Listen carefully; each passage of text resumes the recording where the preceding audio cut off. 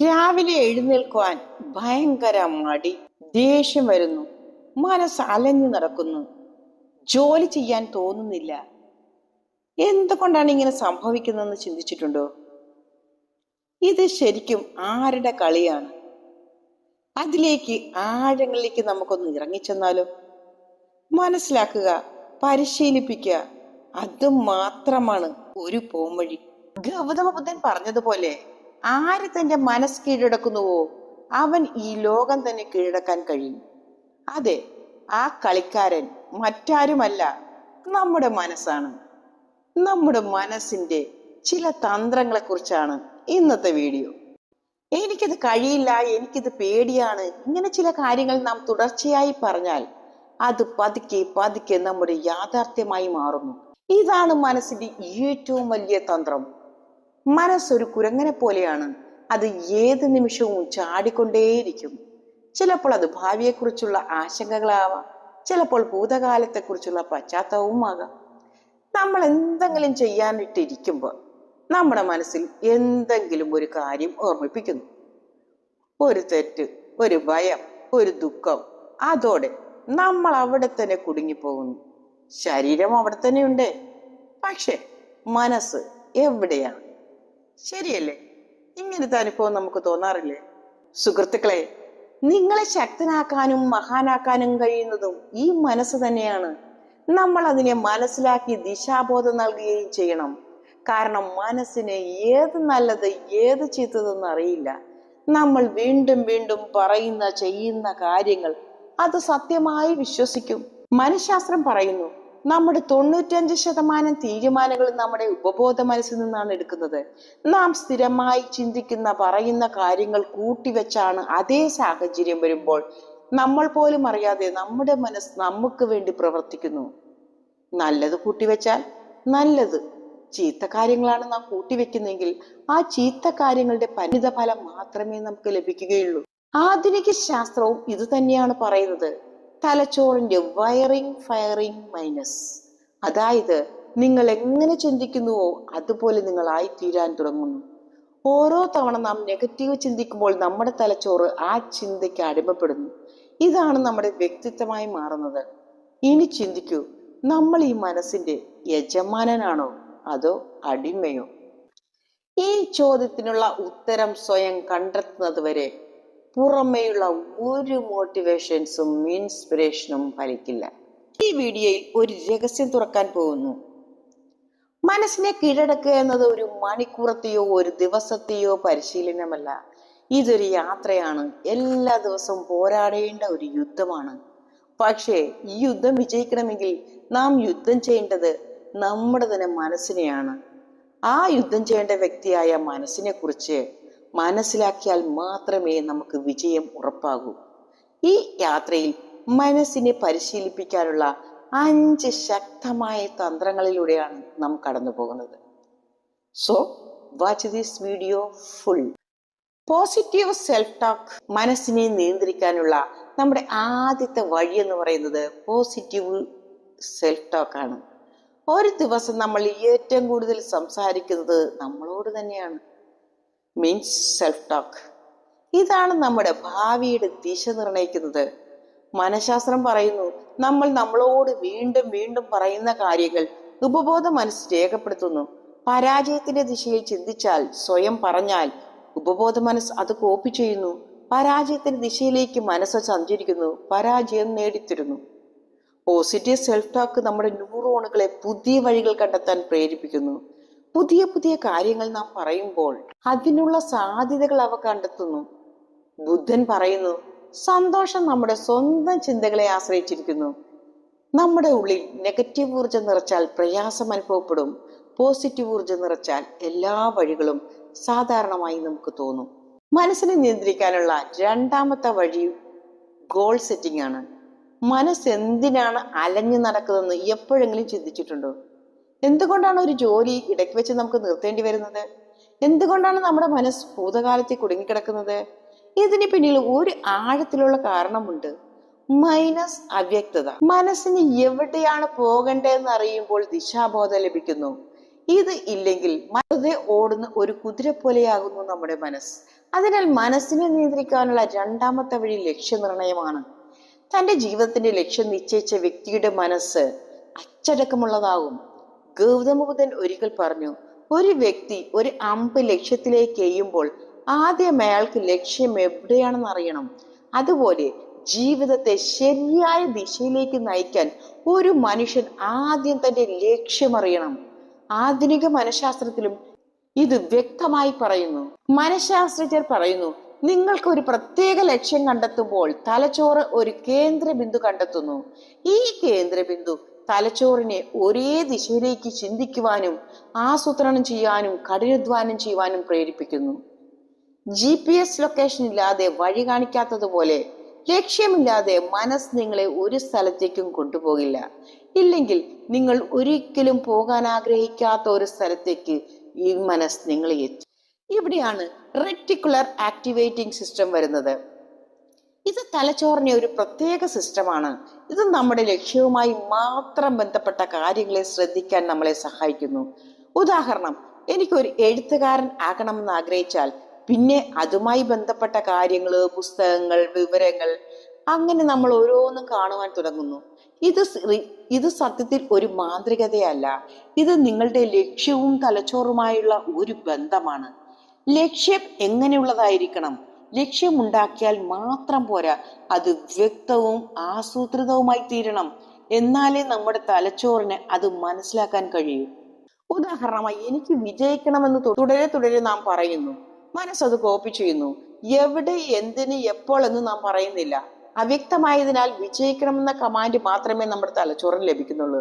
അപ്പോൾ വൈകാരികത നിറയ്ക്കുമ്പോൾ തലച്ചോറിൽ ഡൊപാമിൻ എന്ന രാസവസ്തു കൂടി പുറപ്പെടുവിക്കുന്നു. ഈ രാസവസ്തു നമുക്ക് ഊർജം, സന്തോഷവും പ്രചോദനം നൽകുന്നു. അതായത് ലക്ഷ്യം മനസ്സിനെ തടയുക മാത്രമല്ല, അതിന് പോകാനുള്ള ശരിയായ പ്രചോദനവും നൽകുന്നു. ചെയ്യുന്നത് ശരിയായ കാര്യമല്ലാത്തപ്പോഴും അത് വിജയിപ്പിക്കുവാൻ വേണ്ടി നമ്മുടെ മനസ്സ് വെറുതെ ശ്രമിച്ചുകൊണ്ടേയിരിക്കും. കാരണം തലച്ചോറിൽ നിറയ്ക്കുമ്പോൾ ഡൊപാമിൻ എന്ന രാസവസ്തു കൂടി പുറപ്പെടുവിക്കുന്നു. ഈ രാസവസ്തു നമുക്ക് പോസിറ്റീവ് ഊർജം, സന്തോഷവും പ്രചോദനം നൽകുന്നു. അതായത് നമ്മുടെ ലക്ഷ്യം മനസ്സിനെ തടയുക മാത്രമല്ല, അതിന് പോകാനുള്ള ശരിയായ പ്രചോദനവും നൽകുന്നു. ലക്ഷ്യത്തിൽ തലച്ചോറ് കേന്ദ്രീകരിക്കുമ്പോൾ നമ്മുടെ മനസ്സ് മറ്റു കാര്യത്തിൽ ഏർപ്പെട്ടാൽ തലച്ചോർ ഓർമ്മപ്പെടുത്തുന്നു. ഇവിടെ നിന്നാണ് മനസ്സിന്റെ മേലുള്ള നമ്മുടെ നിയന്ത്രണം ആരംഭിക്കുന്നത്. ഒരേ ദിശയിലേക്ക് മനസ്സിനെ കേന്ദ്രീകരിക്കാൻ കഴിഞ്ഞാൽ നമുക്ക് വിശപ്പ്, ദാഹം ഒന്നും അറിയില്ല. കാരണം ലക്ഷ്യം നമ്മുടെ മനസ്സിനെ പൂർണ്ണമായി കേന്ദ്രീകരിച്ചിരിക്കുന്നു. ഈ ശക്തി ഒരു ശീലമാക്കിയാൽ നാം ദിവസവും ചെയ്ത പല കാര്യങ്ങളും അപ്രധാനങ്ങളായി നമുക്ക് തോന്നുകയും മനസ്സ് ലക്ഷ്യത്തിലേക്ക് നമ്മളെ വലിച്ചു കൊണ്ടുപോകും. ഇതൊരു അത്ഭുതമല്ല, മനസ്സിന്റെ ഒരു ശക്തിയാണ്. ഉദാഹരണമായിട്ട്, ഒരു കാന്തസൂചി ഇരുമ്പിനെ ആകർഷിക്കാൻ കഴിയുന്ന പോലെ അതുവരെ അങ്ങോട്ടും ഇങ്ങോട്ടും ഓടിക്കൊണ്ടിരുന്ന മനസ്സ് നമ്മളിലേക്ക് ഒതുക്കി നിർത്തുവാൻ നമുക്ക് ഇതുകൂടെ സാധിക്കുന്നു. ഗൗതമ ബുദ്ധൻ പറഞ്ഞു, മനസ്സ് വളരെ അസ്ഥിരമാണ്. അതിനെ പരിശീലിപ്പിച്ചാൽ എത്ര വലിയ ശത്രുവിനെയും നമുക്ക് മിത്രമാക്കാൻ കഴിയും. ഇവിടെ സെൽഫ് ടോക്ക് ഉണ്ട്, ലക്ഷ്യബോധമുണ്ട്. മനസ്സ് നിയന്ത്രണത്തിലാവണമെങ്കിൽ എവിടെയാണ് ഒന്ന് പോകേണ്ടതെന്ന് നാം സെൽഫ് ടോക്കിലൂടെ പറയുക. പിന്നെ അതിന്റെ വഴി ലക്ഷ്യത്തിന്റെ ആസൂത്രണത്തിലൂടെ കാണിച്ചു കൊടുക്കുക. ഇവിടെ നിന്നാണ് യഥാർത്ഥ ആത്മീക ശക്തിയുടെ യാത്ര ആരംഭിക്കുന്നത്. നമ്മുടെ മനസ്സിനെ നിയന്ത്രിക്കാനുള്ള മൂന്നാമത്തെ വഴി എന്ന് പറയുന്നത് ടൈം മാനേജ്മെന്റ് ആണ്. നമ്മുടെ മനസ്സ് കൂടുതൽ അസ്വസ്ഥമാകുന്നത് എപ്പോഴാണെന്ന് ആലോചിച്ചിട്ടുണ്ടോ? സമയത്തെക്കുറിച്ച് ഒരു പദ്ധതിയും ഇല്ലാത്തപ്പോൾ, ഒരു ജോലിയും മാറ്റിവെച്ചുകൊണ്ടിരിക്കുമ്പോൾ, രാവും പകലും വെറും ഒരു ഓട്ടമായി മാറുമ്പോൾ. യഥാർത്ഥത്തിൽ പ്രശ്നം ടൈം അല്ല, സമയത്തെ കൈകാര്യം ചെയ്യാനുള്ള കഴിവാണ്. ഇവിടെ നിന്നാണ് മനസ്സിനെ നിയന്ത്രിക്കാനുള്ള മൂന്നാമത്തെ വഴി ആരംഭിക്കുന്നത്. മൈനസ് സമയം മാനേജ്മെന്റ്. നമ്മൾ ജീവിക്കുന്ന ഈ ലോകത്ത് തിരക്കുള്ളവർ ആകുക എന്നത് ഒരു ട്രെൻഡായി മാറിക്കൊണ്ടിരിക്കുന്നു. തിരക്കുള്ളവൻ ആയിരിക്കുക എന്നത് തിരക്ക് മാനേജ് ചെയ്യുന്നവൻ ആയിരിക്കുക എന്നതും ഒരുപോലെയല്ല. ഒരു ദിവസം മുഴുവൻ ജോലി ചെയ്ത് കഴിഞ്ഞ് ക്ഷീണിച്ചു വീഴുകയും മറ്റുള്ളവരോട് ദേഷ്യപ്പെടുകയും ചെയ്യുന്നുവെങ്കിൽ മനസ്സിലാക്കുക, നിങ്ങൾ സമയത്തെ ഭരിക്കുകയല്ല, സമയം നിങ്ങളെ ഭരിക്കുകയാണ്. സമയം നമ്മളെ ഭരിക്കാൻ തുടങ്ങുമ്പോൾ മനസ്സ് അസ്വസ്ഥവും ഉത്കണ്ഠാഭരിതവും ക്ഷീണിതവുമാകുന്നു. നമ്മുടെ തലച്ചോർ നന്നായി പ്രവർത്തിക്കുന്നത് അടുത്ത ഘട്ടം എന്താണെന്ന് അതിന് അറിയുമ്പോഴാണ്. മനസ്സിന് ദിശാബോധം വേണം, വ്യക്തത വേണം. ആ വ്യക്തത സമയ മാനേജ്മെന്റിൽ നിന്നാണ് നമുക്ക് ലഭിക്കുന്നത്. ഓരോ ജോലിയും നിങ്ങൾ നിശ്ചിത സമയം തീരുമാനിക്കുമ്പോൾ അത് എപ്പോൾ ചെയ്യണമെന്ന് നമുക്ക് അറിയുമ്പോൾ നമ്മുടെ മനസ്സ് സ്വയം ശാന്തമായിരിക്കും. കാരണം എല്ലാം നിയന്ത്രണത്തിലാണ്. അതിനറിയാം, സമയം മാനേജ്മെന്റ് എന്നാൽ വെറുതെ സമയം നോക്കിയിരിക്കുക എന്നതല്ല. ഇതൊരു ശാസ്ത്രമാണ്, കലയാണ്, അതോടൊപ്പം ഒരു പരിശീലനമാണ്. ഇത് നമ്മൾ പരിശീലിച്ചാൽ നമ്മുടെ ജീവിതം മാത്രമല്ല, നമ്മുടെ വിധി, നമ്മുടെ മനസ്സ് എന്നിവ നമുക്ക് നിയന്ത്രിക്കുവാൻ കഴിയും. ആധുനിക മനഃശാസ്ത്രം പറയുന്നു, നമ്മൾ നമ്മുടെ ദിവസത്തെ ആസൂത്രണം ചെയ്യുകയും അത് പിന്തുടരുകയും ചെയ്യുമ്പോൾ നമ്മുടെ തലച്ചോറ് ഡൊപാമിൻ എന്ന ആ രാസവസ്തു പുറപ്പെടുത്തുവിടുന്നു. അത് നമുക്ക് സംതൃപ്തിയും സന്തോഷവും നൽകുന്നു. നമ്മൾ ഒരു നേട്ടം കൈവരിക്കുമ്പോൾ, വിജയിക്കുമ്പോൾ പുറത്തുവിടുന്ന രാസവസ്തുവാണ് ഇത്. അതായത് ദിവസവും നമ്മൾ ദിനചര്യകൾ ശരിയായി ചെയ്തു കഴിഞ്ഞാൽ നമ്മുടെ തലച്ചോറ് നമുക്കൊരു വിജയിയുടെ അനുഭൂതി നൽകുന്നു. ഇത് ആത്മവിശ്വാസം വർദ്ധിപ്പിക്കുന്നു, ഉത്കണ്ഠ ഇല്ലാതാക്കുന്നു, മനസ്സിനെ ശാന്തമാക്കുന്നു. അതുകൊണ്ടാണ് സമയത്തെ ഒരു ഗുരുവായി കാണണമെന്ന് പറയുന്നത്. വേദങ്ങളിൽ പറയുന്നു, സമയമാണ് ഏറ്റവും വലിയ ശക്തി. ഈ ശക്തിയിലൂടെ കൂടെ പഠിക്കുന്ന ഒരാൾക്ക് ഒരു ലക്ഷ്യവും അസാധ്യമല്ല. ഗൗതം ബുദ്ധനും സമയത്തിന്റെ പ്രാധാന്യത്തെക്കുറിച്ച് മനസ്സിലാക്കിയിരുന്നു. ഒരു സ്ഥലത്ത് അദ്ദേഹം പറഞ്ഞു, സമയം പാഴാക്കാത്ത വ്യക്തി പൂർണ്ണമായും ജീവിക്കുന്നു എന്ന്.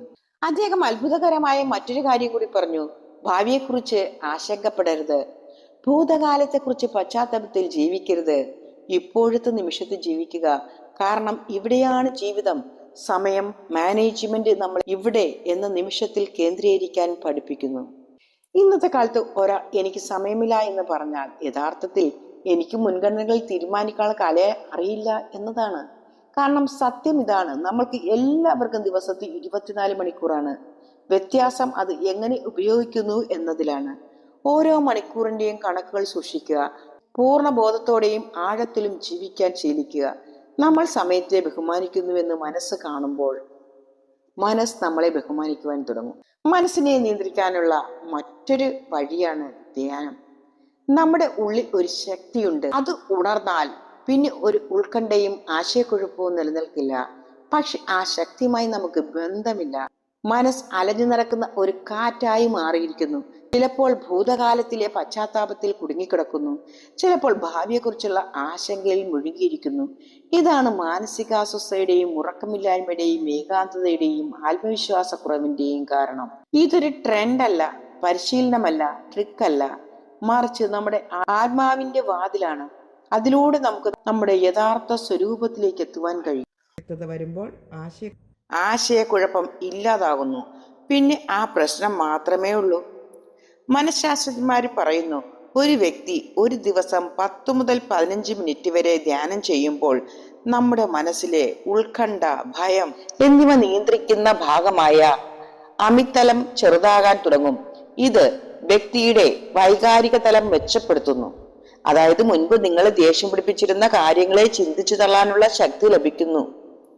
മുൻപ് ഉറക്കം കെടുത്തിയിരുന്ന ഒരു കാര്യം ഇപ്പോൾ നിങ്ങൾ നല്ല ഉറക്കത്തിലേക്ക് നയിച്ചേക്കാമെന്ന്. ധ്യാനം ഒരു കാട്ടിക്കൂട്ടൽ അല്ല, ഇത് ഒരു ആന്തരിക പ്രക്രിയയാണ്.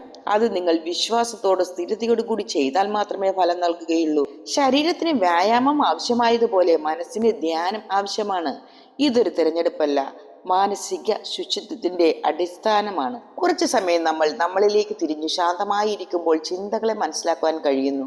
ഗൗതം ബുദ്ധൻ പറഞ്ഞു, നമ്മുടെ ഉള്ളിലെ തീ കെടുത്താൻ ഒരേ ഒരു വഴി ധ്യാനം മാത്രമാണെന്ന്. അദ്ദേഹം വർഷങ്ങളോളം മൗന പരീക്ഷണം നടത്തി, ചിന്തകളെ പരിശോധിച്ചു. ആ ആഴത്തിൽ നിന്നാണ് അദ്ദേഹം ലോകത്തോട് പറഞ്ഞത്, മനുഷ്യന്റെ ദുഃഖം ലോകത്തിന് പുറമേയുള്ള ഒരു കാരണം കൊണ്ടല്ല, മനസ്സിന്റെ അസ്ഥിരതയാണ് മനസ്സിന്റെ ഏറ്റവും വലിയ ശത്രു. ഈ ശത്രുവിനെ തോൽപ്പിക്കാനുള്ള ഏക വഴി ധ്യാനമാണ്. ബുദ്ധന്റെ അഭിപ്രായത്തിൽ ധ്യാനം നിങ്ങളെ ഒരു സാക്ഷിയാക്കുന്നു. നിങ്ങൾ ഒരു സാക്ഷിയാകുമ്പോൾ നിങ്ങളുടെ ഭയത്തെയും നിങ്ങളുടെ ദേഷ്യത്തെയും വേദനയെയും പുറത്തുനിന്ന് കാണുവാൻ നിങ്ങൾക്ക് കഴിയും. ഈ അകലം തന്നെയാണ് മോചനത്തിന്റെ തുടക്കം. ഇന്ന് നമ്മൾ പുറമേയുള്ള കാര്യങ്ങൾക്ക് വേണ്ടി എത്ര സമയം ചെലവഴിക്കുന്നു, അതിൽ നിന്ന് വെറും 15 മിനിറ്റ് നമ്മൾ നമ്മൾക്ക് വേണ്ടി നമ്മുടെ മനസ്സ് തേടി അലയുന്നു. അതിൽ നിന്ന് വെറും 15 മിനിറ്റ് നമ്മൾ നമ്മൾക്ക് വേണ്ടി നമ്മുടെ മനസ്സിന് വേണ്ടി കൊടുത്താൽ നമ്മുടെ ജീവിതം എത്രത്തോളം മാറുമെന്ന് ചിന്തിച്ചു നോക്കുക. ധ്യാനം ചെയ്യാൻ ഒരു പ്രത്യേക സ്ഥലമോ പ്രത്യേക രീതിയോ ആവശ്യമില്ല. വെറുതെ ശാന്തത, നിങ്ങളെ കാണാനുള്ള ഒരു ആഗ്രഹം മാത്രം മതി. വേണമെങ്കിൽ കണ്ണടച്ച് ശ്വാസത്തിൽ ശ്രദ്ധിക്കാം, ഓം ഉച്ചരിക്കാം, അല്ലെങ്കിൽ മൗനമായിരിക്കാം. വഴി ഏതായാലും ഫലം ഒന്ന്. ശാന്തത, ആഴം, ഉള്ളിലെ ശക്തി. ശാന്തി പുറത്തല്ല, ഉള്ളിലാണെന്ന് ധ്യാനം നമ്മളെ പഠിപ്പിക്കുന്നു. പരിഹാരം ആര് നൽകില്ല, നമ്മൾ സ്വയം കണ്ടെത്തണമെന്ന് ധ്യാനം നമ്മളെ പഠിപ്പിക്കുന്നു. നമ്മുടെ മനസ്സിനെ നമ്മൾ നിയന്ത്രിക്കുന്ന കാലത്തോളം ഒരു കാര്യവും നമുക്ക് പൂർണ്ണമായി സംതൃപ്തി നൽകില്ലെന്ന് ധ്യാനം നമ്മളെ പഠിപ്പിക്കുന്നു. സമ്പത്തോ വിജയമോ ബന്ധമോ ഒന്നും. ധ്യാനം ഒരു ഒറ്റത്തവണ പരീക്ഷണമല്ല, ഇത് തുടർച്ചയായ ഒരു യാത്രയാണ്. ഈ യാത്രയെ മുന്നോട്ട് പോകുമ്പോൾ നമ്മൾ ആരാണെന്ന് യഥാർത്ഥത്തിൽ അറിയുവാൻ തുടങ്ങും. ഈ ശരീരം മാത്രമല്ല നാം, ഈ ശരീരമല്ല, പേരല്ല, വ്യക്തിത്വമല്ല, മറിച്ച് ശുദ്ധമായ ബോധമാണ്, ശുദ്ധമായ ശക്തിയാണെന്ന തിരിച്ചറിവ് ലഭിക്കുന്നു. ഈ ബോധം വരുമ്പോൾ മനസ്സ് നിയന്ത്രണം ഒരു ജോലിയായി തോന്നില്ല, ഉത്കണ്ഠ ഉണ്ടാവില്ല, ഭയം ഓടിപ്പോകും, ഉള്ളിൽ ഒരു ശബ്ദമുണ്ടാകും, ഇപ്പോൾ നീ സ്വതന്ത്രനാണ്. Physical exercise. ജീവിതത്തിന്റെ ഓട്ടപ്പാച്ചിലിൽ നമ്മെ ക്ഷീണിപ്പിക്കുമ്പോൾ, ചിന്തകൾ കൂടുമ്പോൾ, സ്വന്തം മനസ്സിന്റെ ശബ്ദം പോലും കേൾക്കാൻ ബുദ്ധിമുട്ടാകുമ്പോൾ മാനസിക സമാധാനം തേടി അലയുന്നു. എങ്ങനെ ഫിസിക്കൽ എക്സസൈസ് നമ്മുടെ മനസ്സിനെ കൺട്രോൾ ചെയ്യുന്നു എന്ന് നമ്മൾ ചിന്തിച്ചേക്കാം. എന്നാൽ നമ്മുടെ മനസ്സും ശരീരവും തമ്മിൽ ബന്ധമുണ്ട്. മനസ്സിന് ചെയ്യുന്ന കാര്യങ്ങൾ ശരീരത്തിനും, ശരീരത്തിന് ചെയ്യുന്ന കാര്യങ്ങൾ മനസ്സിനും ലഭിക്കുന്നു. ദിവസവും ഒരു 20 മുതൽ 40 മിനിറ്റ് വരെ നമ്മുടെ ശരീരത്തിന്റെ ചലനങ്ങൾ ഉണ്ടാകുന്ന രീതിയിലുള്ള ഫിസിക്കൽ എക്സസൈസ് ചെയ്യുകയാണെങ്കിൽ ഇത് നമ്മുടെ മനസ്സിന്റെ നിയന്ത്രണത്തിന് നമ്മളെ വളരെയേറെ സഹായിക്കും. ഈ ഫിസിക്കൽ എക്സസൈസ് എന്ന് പറയുന്നത് നമ്മുടെ ശരീരത്തെ ചലനാത്മകമാക്കുന്ന ഏതുതരം പ്രവൃത്തിയും ആകാം. അതായത് നടത്തമാകാം, ജോഗിങ് ആകാം. ഈ 5 കാര്യങ്ങളിലൂടെ നമ്മുടെ മനസ്സിനെ ശാന്തമാക്കി നമുക്ക് നമ്മുടെ മനസ്സിന്റെ കഴിയും. ഈ വീഡിയോ നിങ്ങൾക്ക് ഇഷ്ടമായ ലൈക്ക് ചെയ്യാനും ഷെയർ ചെയ്യാനും മറക്കരുത്. Love you all, be happy.